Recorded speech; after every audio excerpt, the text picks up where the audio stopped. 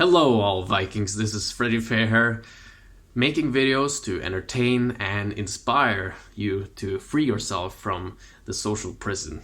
And this video is more of that kind of video. And it was originally made for my extra channel, but I watched it and I felt that more people could benefit from it. So it's basically a manifesto video on how social anxiety, insecurity, and low self-esteem arises in you, and how to heal from it. So I hope you enjoy the video, and I will see you on the other side. Hello everybody, this is FreddyFairhair. Today I wanted to make a sum up video on how to treat social anxiety. At least how to see how social anxiety arises and becomes a problem.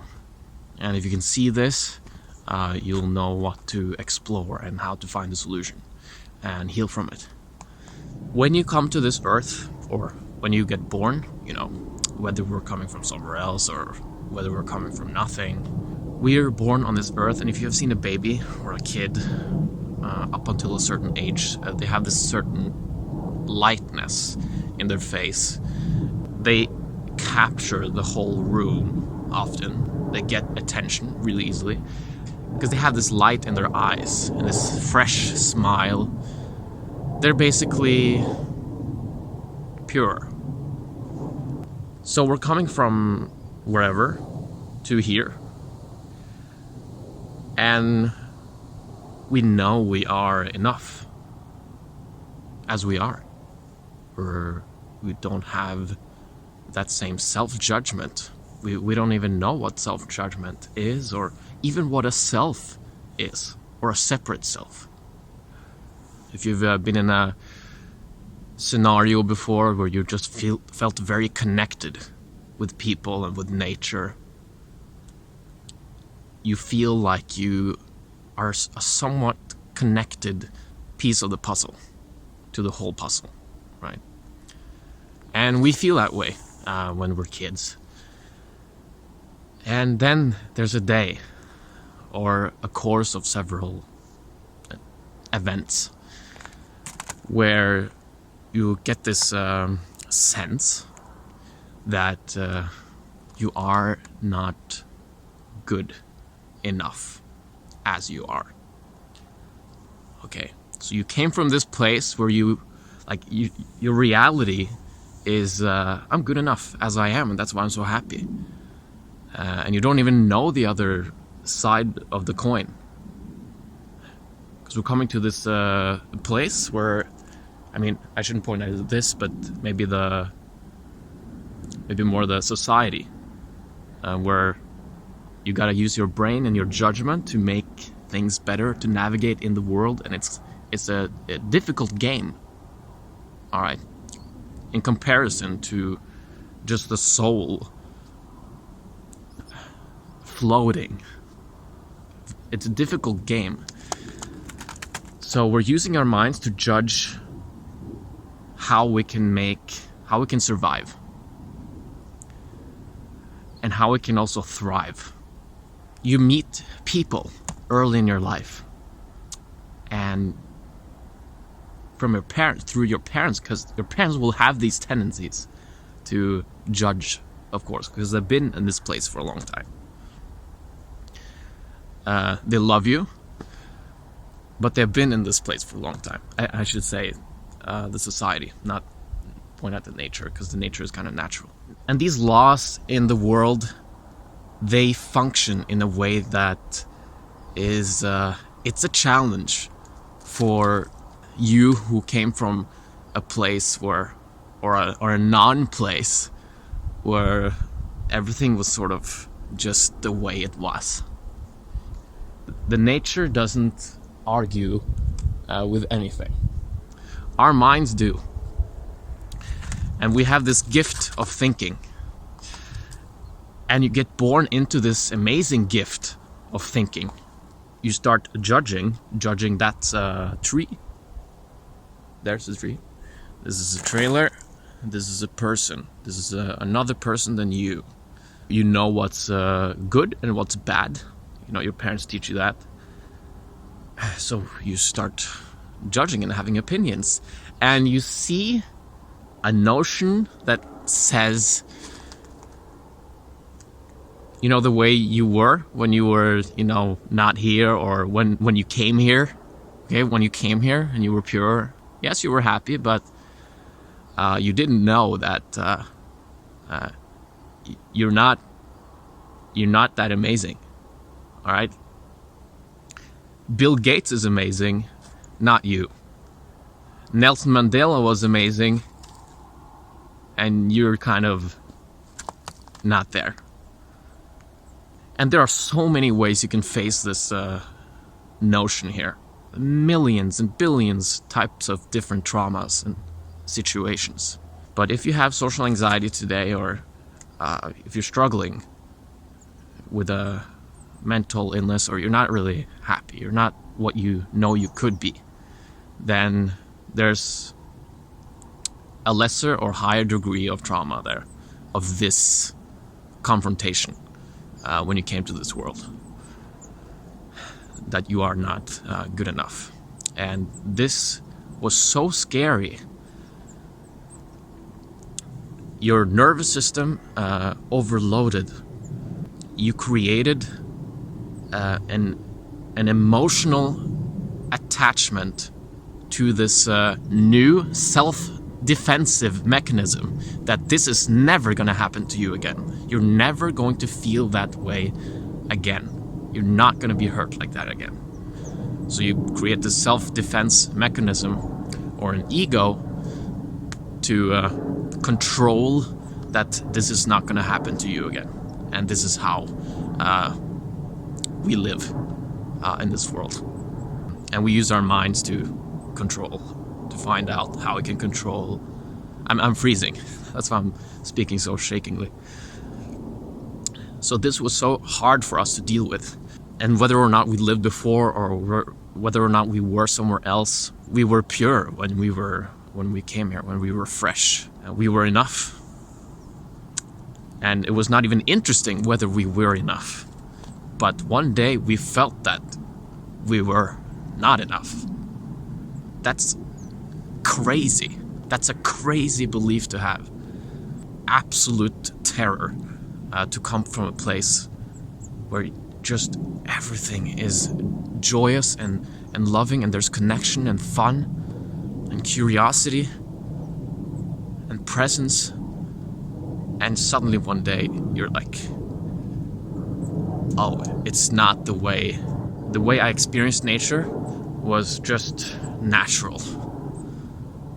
It felt natural. Now I guess reality is not like that.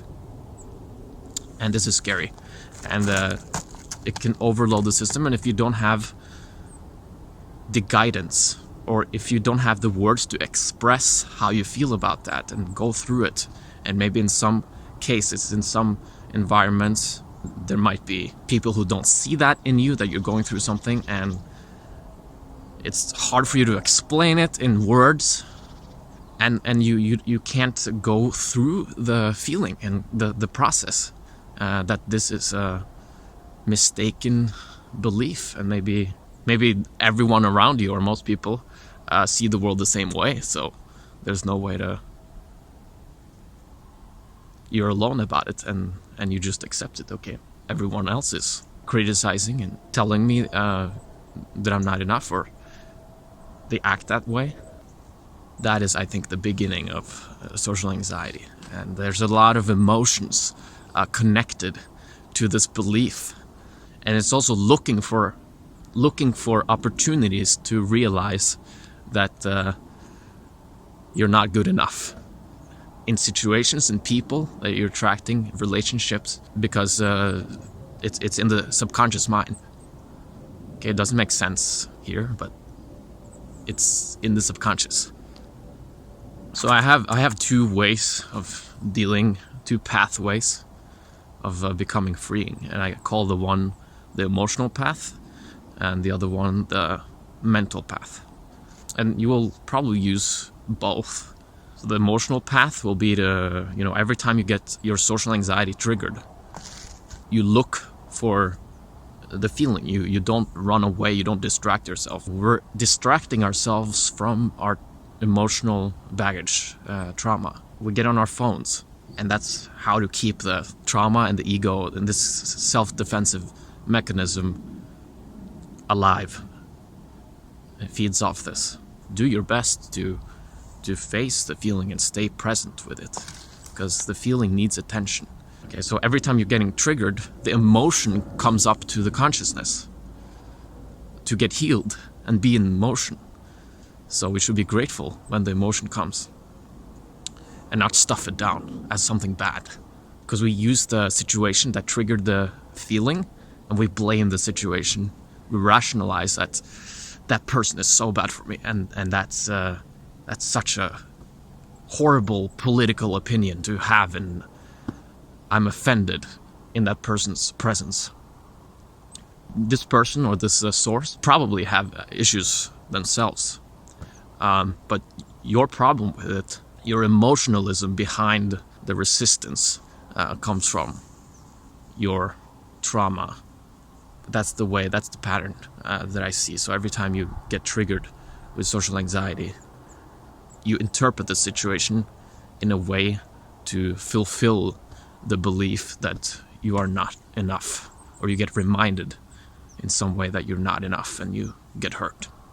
If you can see this process, it's gonna make it easier for you to navigate out of social anxiety. Just see that every time your social anxiety comes up, there's a source, okay? And it's not gonna seem like this. You're not gonna instantly see the trauma that happened to you in childhood necessarily, but the belief you're not good enough, and those beliefs that I'm not important, I'm not equal to others. And there are many ways you can formulate these beliefs actually in different sentences, but it's sort of similar. It's in the core that something is wrong with you. And this is a wrong belief. It's a crazy belief. And that's why a lot of us are crazy, okay, in the society. However, we're in a process of integration, of integrating our souls.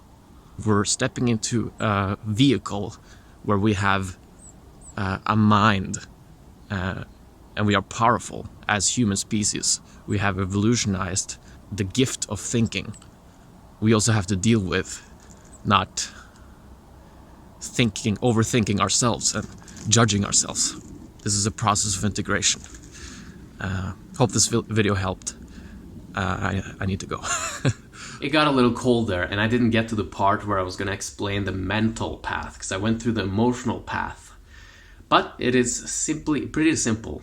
The emotional path, in summary, is taking responsibility for your feelings and not blaming it and pointing outwards, because that's the challenge of life. You know, when somebody cuts you off in traffic, and the more angry you get at that person, the more feelings you have unprocessed in you. Okay, so yes, he might be a jerk, or he might be acting inappropriately, but your emotional resistance to that belongs to you. That's you. So the trick here is to go through that process and really take ownership for all your feelings, all of them, all your resistance. That's the emotional path.